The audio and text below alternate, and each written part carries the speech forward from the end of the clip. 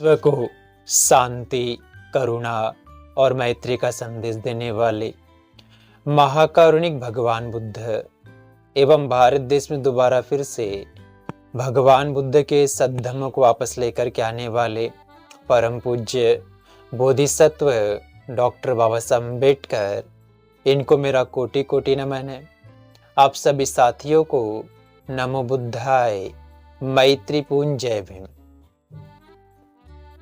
जातक कथाएं बौद्ध साहित्य त्रिपिटक के अंतर्गत सुत्त पिटक के अंतर्गत खुद्दक निकाय का 10वां ग्रंथ है और सारी जातक कथाएं भगवान बुद्ध के द्वारा कही गई है।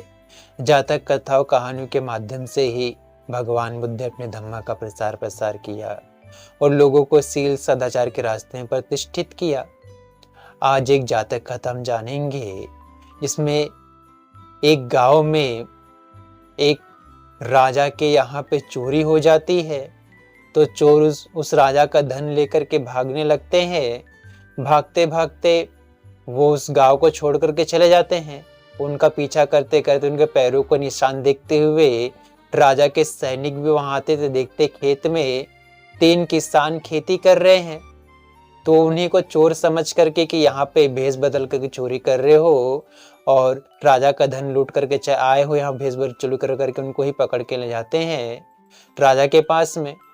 तो जब वो ले करके जाते हैं तो उनके परिवार की स्त्री राजा से कहती वहां जाती है, राजमहल जाती है कि मुझे वस्त्र दो, वस्त्र करके। अब उसको महंगे महंगे वस्त्र देते तो वो नहीं बोलती है, तो कहती परिवार के रूप में वस्त्र करके।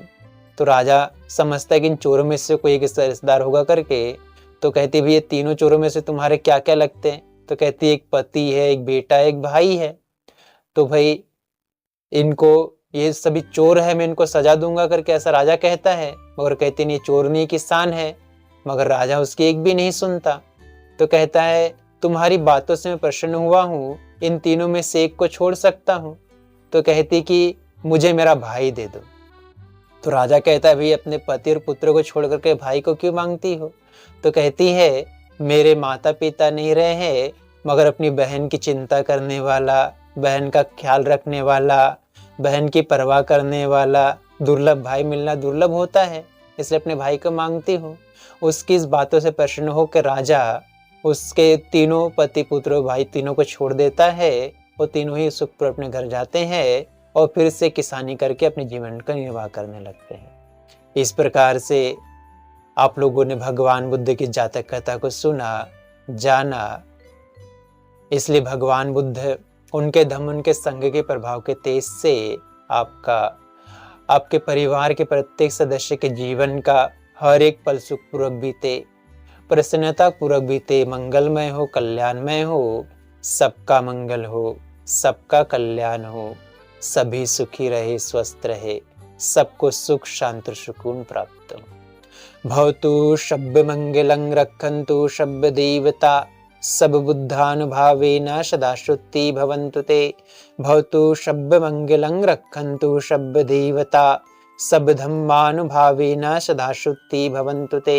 भवतु शब्द मंगलं रक्षन्तु शब्द देवता सब संघानुभावेन सदा श्रुति भवन्तु ते। साधु साधु साधु।